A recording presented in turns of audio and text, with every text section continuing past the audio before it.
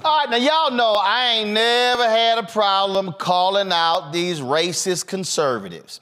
You got Stephen Miller, that white nationalist, today sent a letter to the EEOC saying that the Rooney Rule in the NFL violates the 1964 Civil Rights Act. You got Ed Bloom attacking the Fearless Fund, trying to invoke the 1866 Civil Rights Act. So they trying to use civil rights acts that were actually passed for black people now against black people, saying it discriminates against white people. Yeah, right. Then you got this little punk. I mean, one of the dumbest people, one of the most lightweight individuals you've ever seen, Charlie Kirk, college dropout, leads Turning Point USA. A lot of racists have come through Turning Point USA, so their history is very well. So he's been attacking Dr. King. He goes on the show with Sambo himself, Jason Whitlock, as they trash Dr. King. And then Charlie has been going around talking about how we should not be able to, one of the greatest mistakes in history was the 1964 Civil Rights Act. And so my next guest, Pastor Darrell Scott, he has been on the warpath against this little punk. He's been sitting here blasting him left and right. And he also revealed on social media the other day of a quite interesting story, a very interesting story that was stated in the White House. But before I played that, there's this there's just flat out racist named Nick Fuentes. He was the one who had lunch with Donald Trump and Mar-a-Lago with Kanye West. And so Nick Fuentes, I mean, just straight up, he's a racist. He's a racist. So he dropped this video praising Charlie Kirk and saying, "Welcome to the white supremacist club." Watch this. Charlie Kirk, as we know, has become a white supremacist, and that's a huge victory. But he remains a he remains a Jew lover. he remains a Jew lover, and that I don't use language like that, you know. But he is an Israel shill. Like Charlie Kirk has become white nationalist, hardcore, but he remains a shill to the Jews in Israel. And I've said that for a long time.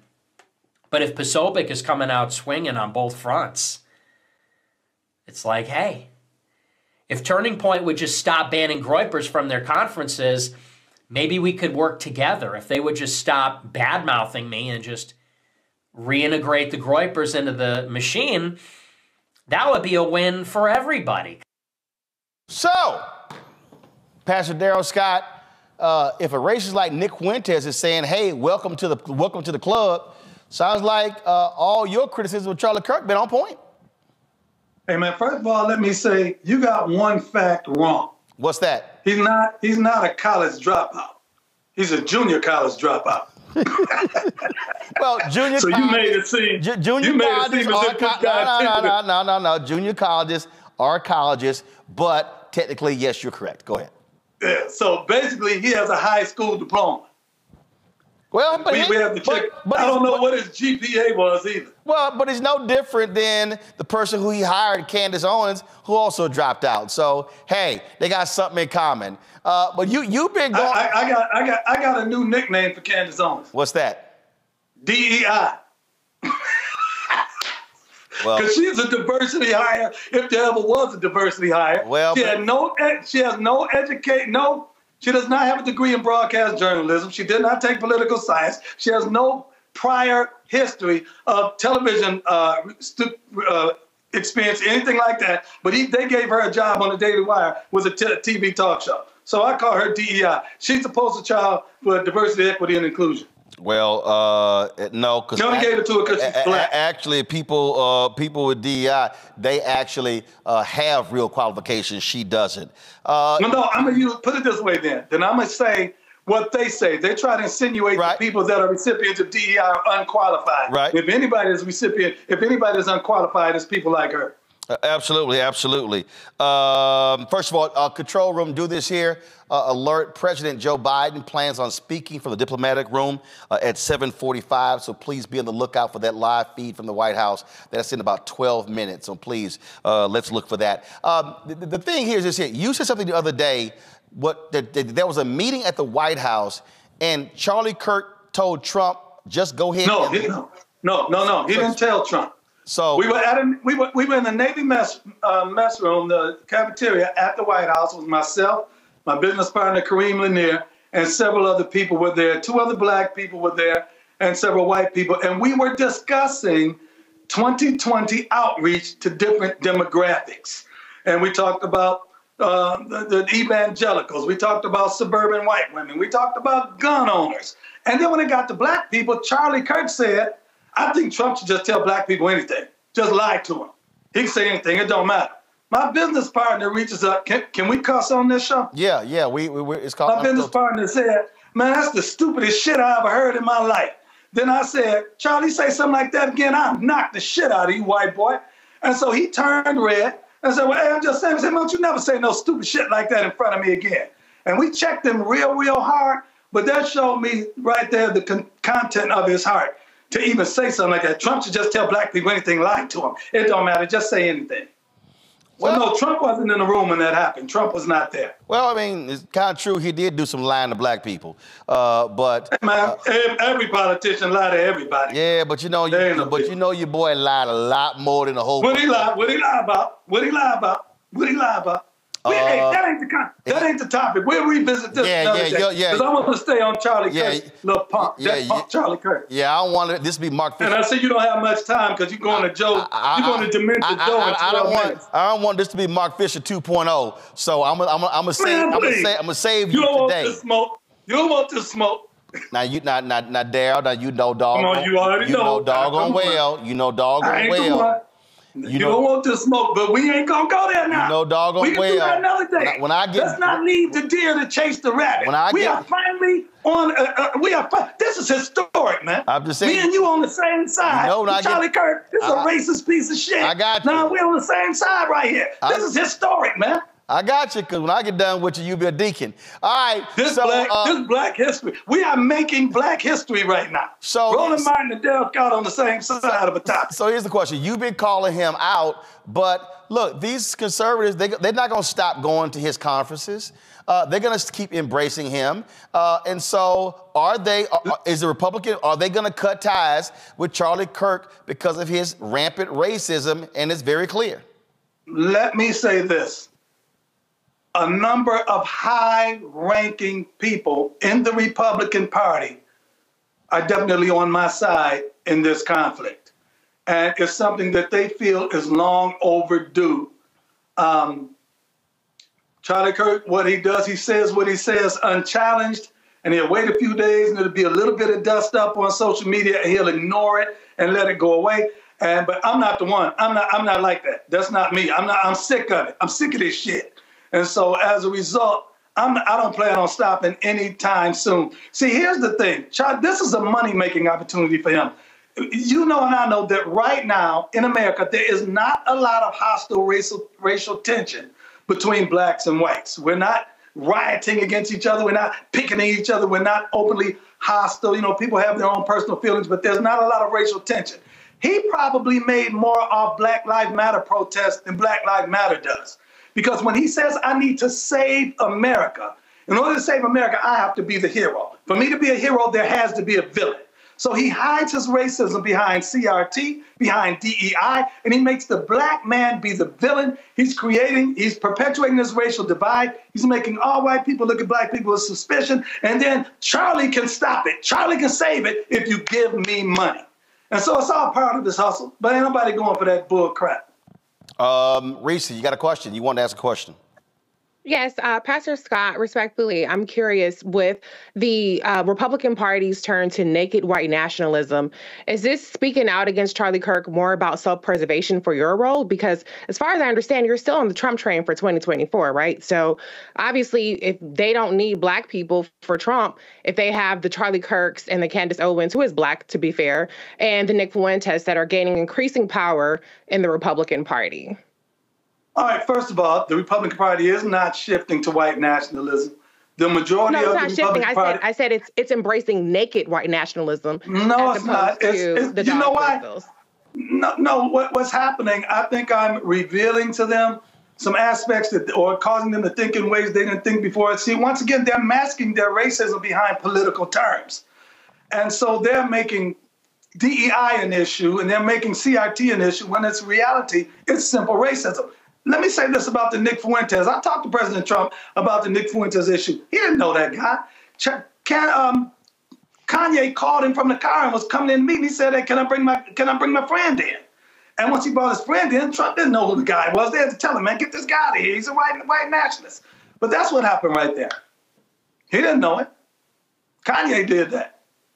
Well, if you let folk well, first of all, any real high-ranking official has a vetting process, and they wouldn't have allowed either one of them to even walk into the door. So, frankly, this is Mar-a-Lago. It's not the White House. No. Let me tell you something. I've taken people. Darrell, Listen, I've taken people down to Mar-a-Lago. Darrell, wait a minute. This is my whole point.